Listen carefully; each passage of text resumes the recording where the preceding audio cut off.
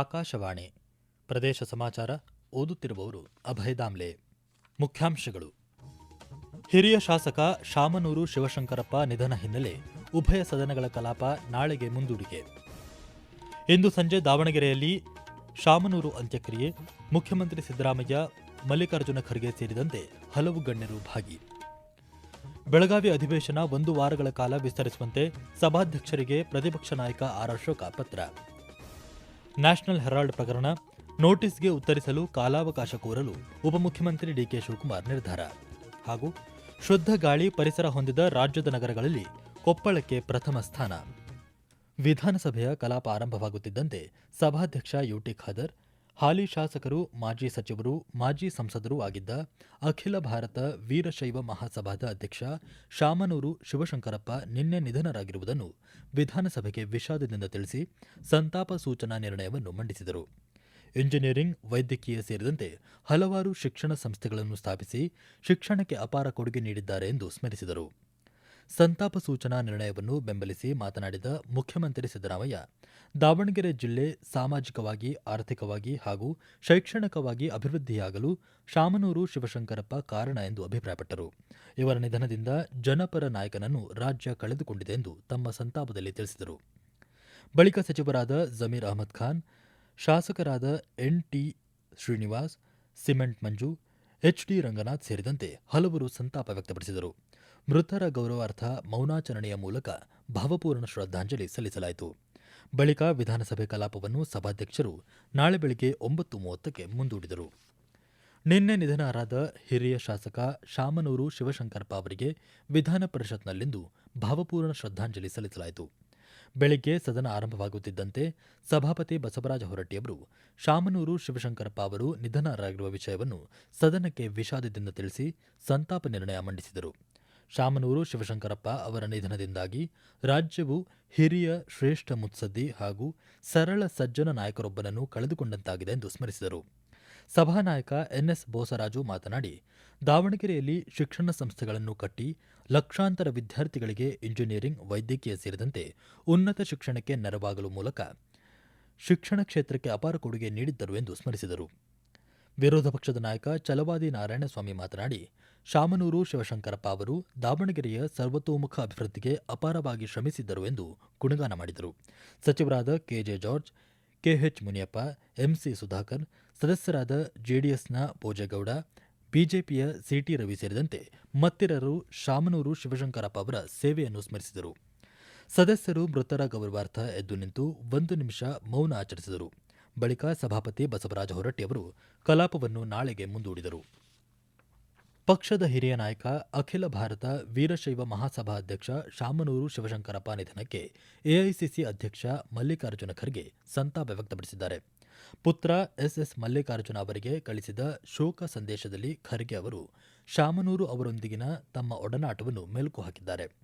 1972ರಲ್ಲಿ ತಾವು ಮೊದಲ ಬಾರಿಗೆ ಶಾಸಕರಾಗಿ ಆಯ್ಕೆಯಾದಾಗಿನಿಂದ ಹಿಡಿದು ಇಲ್ಲಿಯವರೆಗೆ ಶಾಮನೂರು ಅವರೊಂದಿಗೆ ರಾಜಕೀಯ ಹೊರತಾಗಿ ವೈಯಕ್ತಿಕವಾಗಿ ಬಾಂಧವ್ಯ ಬೆಳೆದಿತ್ತು. ಶಾಮನೂರು ನಿಧನದಿಂದ ತಮಗೆ ವೈಯಕ್ತಿಕವಾಗಿ ಅಪಾರ ದುಃಖವಾಗಿದೆ ಎಂದು ಖರ್ಗೆ ಹೇಳಿದ್ದಾರೆ. ನಿನ್ನೆ ನಿಧನರಾದ ದಾವಣಗೆರೆ ದಕ್ಷಿಣ ವಿಧಾನಸಭಾ ಕ್ಷೇತ್ರದ ಕಾಂಗ್ರೆಸ್ ಹಿರಿಯ ಶಾಸಕ ಡಾ ಶಾಮನೂರು ಶಿವಶಂಕರಪ್ಪ ಅವರ ಅಂತ್ಯಕ್ರಿಯೆ ದಾವಣಗೆರೆಯಲ್ಲಿಂದು ಸಂಜೆ ಸಕಲ ಸರ್ಕಾರಿ ಗೌರವಗಳೊಂದಿಗೆ ನಡೆಯಲಿದೆ ಎಂದು ಜಿಲ್ಲಾಧಿಕಾರಿ ಡಾ ಜಿಎಂ ಗಂಗಾಧರ ಸ್ವಾಮಿ ತಿಳಿಸಿದ್ದಾರೆ. ಇಂದು ಮಧ್ಯಾಹ್ನದವರೆಗೂ ಸರ್ಕಾರಿ ಪ್ರೌಢಶಾಲಾ ಮೈದಾನದಲ್ಲಿ ಸಾರ್ವಜನಿಕರ ಅಂತಿಮ ದರ್ಶನಕ್ಕೆ ಇಡಲಾಗಿದೆ. ಸಂಜೆ 4:30 ಸುಮಾರಿಗೆ ಅಂತ್ಯಕ್ರಿಯೆ ನೆರವೇರಲಿದೆ ಎಂದು ಶಾಮನೂರು ಶಿವಶಂಕರಪ್ಪ ಅವರ ಪುತ್ರ, ತೋಟಗಾರಿಕಾ ಸಚಿವ ಎಸ್ ಮಲ್ಲಿಕಾರ್ಜುನ ತಿಳಿಸಿದ್ದಾರೆ. ಮುಖ್ಯಮಂತ್ರಿ ಸಿದ್ದರಾಮಯ್ಯ, ಎಐಸಿಸಿ ಅಧ್ಯಕ್ಷ ಮಲ್ಲಿಕಾರ್ಜುನ ಖರ್ಗೆ, ಉಪಮುಖ್ಯಮಂತ್ರಿ ಡಿಕೆ ಶಿವಕುಮಾರ್, ಸಚಿವರಾದ ಈಶ್ವರ್ ಬಿ ಖಂಡ್ರೆ, ಎಂಬಿ ಪಾಟೀಲ್, ಮಾಜಿ ಮುಖ್ಯಮಂತ್ರಿ ಬಿಎಸ್ ಯಡಿಯೂರಪ್ಪ ಸೇರಿದಂತೆ ಅನೇಕ ಸಚಿವರು, ಶಾಸಕರು, ಗಣ್ಯರು ಅಂತ್ಯಕ್ರಿಯೆಯಲ್ಲಿ ಭಾಗವಹಿಸಲಿದ್ದಾರೆ. ಗಣ್ಯರ ಆಗಮನದ ಹಿನ್ನೆಲೆಯಲ್ಲಿ ಮೆರವಣಿಗೆಯುದ್ದಕ್ಕೂ ಬಂದೋಬಸ್ತ್ಗಾಗಿ 1,500ಕ್ಕೂ ಅಧಿಕ ಪೊಲೀಸ್ ಸಿಬ್ಬಂದಿಯನ್ನು ನಿಯೋಜಿಸಲಾಗಿದೆ. ಪ್ರದೇಶ ಸಮಾಚಾರ ಕೇಳುತ್ತಿದ್ದೀರಿ.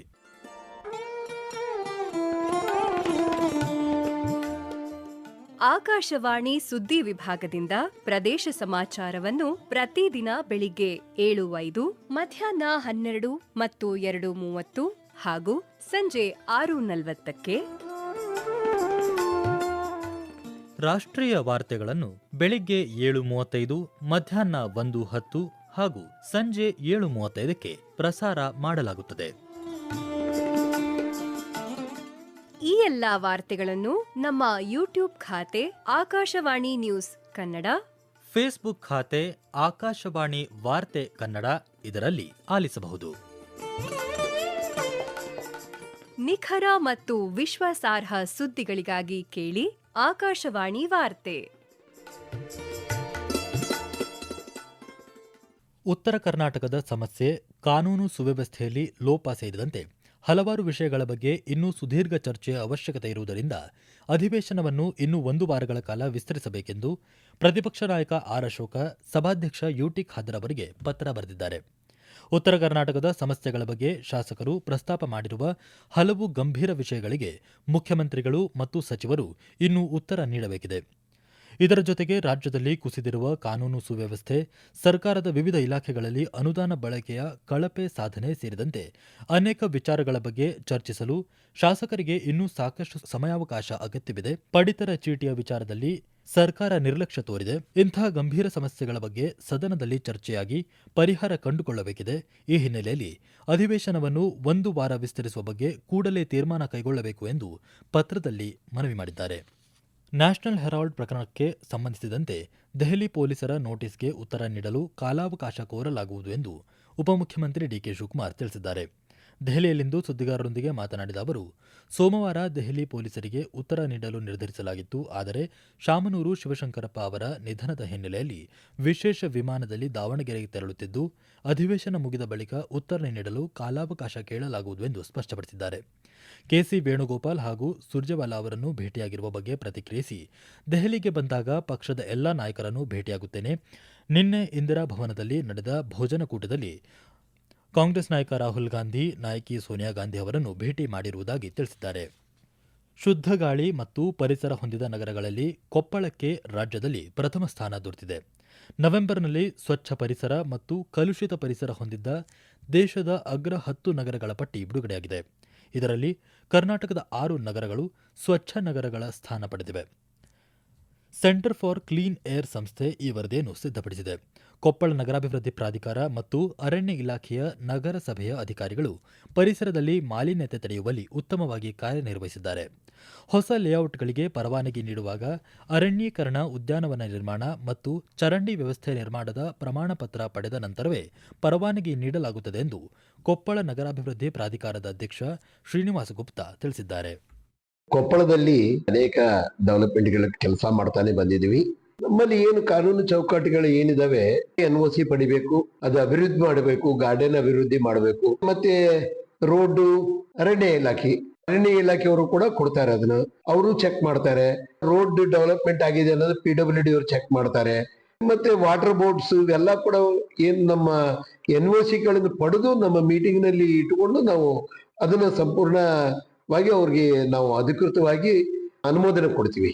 ರಾಜ್ಯದ ಹಲವು ಜಿಲ್ಲೆಗಳಲ್ಲಿ ತಾಪಮಾನ ಕುಸಿದಿದ್ದು, ಬೆಂಗಳೂರು ಸೇರಿದಂತೆ ರಾಜ್ಯಾದ್ಯಂತ ಚಳಿ ಹೆಚ್ಚಳವಾಗಿದೆ. ಮೈನಡುಗುವ ಚಳಿಗೆ ಜನರು ತತ್ತರಿಸಿದ್ದಾರೆ. ಬೆಂಗಳೂರು ಗ್ರಾಮಾಂತರ, ಬೀದರ್, ವಿಜಯಪುರ, ಬಾಗಲಕೋಟೆ, ಬೆಳಗಾವಿ, ಧಾರವಾಡ, ರಾಯಚೂರು ಜಿಲ್ಲೆಗಳಲ್ಲಿ ಮುಂದಿನ ದಿನಗಳಲ್ಲಿ ಉಷ್ಣಾಂಶ ಕುಸಿತವಾಗಲಿದೆ. ಡಿಸೆಂಬರ್ 8ರಿಂದ 14ರವರೆಗಿನ ಶೀತ ಗಾಳಿ ದಶಕದ ಹವಾಮಾನ ಇತಿಹಾಸವನ್ನೇ ಬದಲಿಸಿದ ಶೀತಗಾಳಿಯಾಗಿತ್ತು. ಇದು ತಾಪಮಾನದ ಕುಸಿತವಾಗಿರಲಿಲ್ಲ. ಜಾಗತಿಕ ಹವಾಮಾನ ವೈಪರೀತ್ಯಗಳು ಸ್ಥಳೀಯ ವಾಯುಮಂಡಲದ ವಿದ್ಯಮಾನವಾಗಿದ್ದು, ದಕ್ಕನ್ ಪ್ರಸ್ಥಭೂಮಿಯನ್ನು ಶೀತದ ಜಲಾಶಯವನ್ನಾಗಿ ಪರಿವರ್ತಿಸಿದೆ ಎಂದು ಹವಾಮಾನ ಇಲಾಖೆ ತಿಳಿಸಿದೆ. ಭೂಮಿ ತಣ್ಣಗಾಗುತ್ತಿದ್ದಂತೆಯೇ ತೇವಾಂಶವು ದಟ್ಟವಾದ ಮಂಜಾಗಿ ಘನೀಭವಿಸಿದೆ. ಕೊನೆಯಲ್ಲಿ ಮತ್ತೊಮ್ಮೆ ಮುಖ್ಯಾಂಶಗಳು. ಹಿರಿಯ ಶಾಸಕ ಶಾಮನೂರು ಶಿವಶಂಕರಪ್ಪ ನಿಧನ ಹಿನ್ನೆಲೆ ಉಭಯ ಸದನಗಳ ಕಲಾಪ ನಾಳೆಗೆ ಮುಂದೂಡಿಕೆ. ಇಂದು ಸಂಜೆ ದಾವಣಗೆರೆಯಲ್ಲಿ ಶಾಮನೂರು ಅಂತ್ಯಕ್ರಿಯೆ. ಮುಖ್ಯಮಂತ್ರಿ ಸಿದ್ದರಾಮಯ್ಯ, ಮಲ್ಲಿಕಾರ್ಜುನ ಖರ್ಗೆ ಸೇರಿದಂತೆ ಹಲವು ಗಣ್ಯರು ಭಾಗಿ. ಬೆಳಗಾವಿ ಅಧಿವೇಶನ 1 ವಾರಗಳ ಕಾಲ ವಿಸ್ತರಿಸುವಂತೆ ಸಭಾಧ್ಯಕ್ಷರಿಗೆ ಪ್ರತಿಪಕ್ಷ ನಾಯಕ ಆರ್ ಅಶೋಕ ಪತ್ರ. ನ್ಯಾಷನಲ್ ಹೆರಾಲ್ಡ್ ಪ್ರಕರಣ ನೋಟಿಸ್ಗೆ ಉತ್ತರಿಸಲು ಕಾಲಾವಕಾಶ ಕೋರಲು ಉಪಮುಖ್ಯಮಂತ್ರಿ ಡಿಕೆ ಶಿವಕುಮಾರ್ ನಿರ್ಧಾರ. ಹಾಗೂ ಶುದ್ಧ ಗಾಳಿ ಪರಿಸರ ಹೊಂದಿದ ರಾಜ್ಯದ ನಗರಗಳಲ್ಲಿ ಕೊಪ್ಪಳಕ್ಕೆ ಪ್ರಥಮ ಸ್ಥಾನ. ಇಲ್ಲಿಗೆ ಪ್ರದೇಶ ಸಮಾಚಾರ ಮುಗಿಯಿತು. ನಮ್ಮ ಮುಂದಿನ ವಾರ್ತಾ ಪ್ರಸಾರ ಸಂಜೆ 6:40 ನಿಮಿಷಕ್ಕೆ.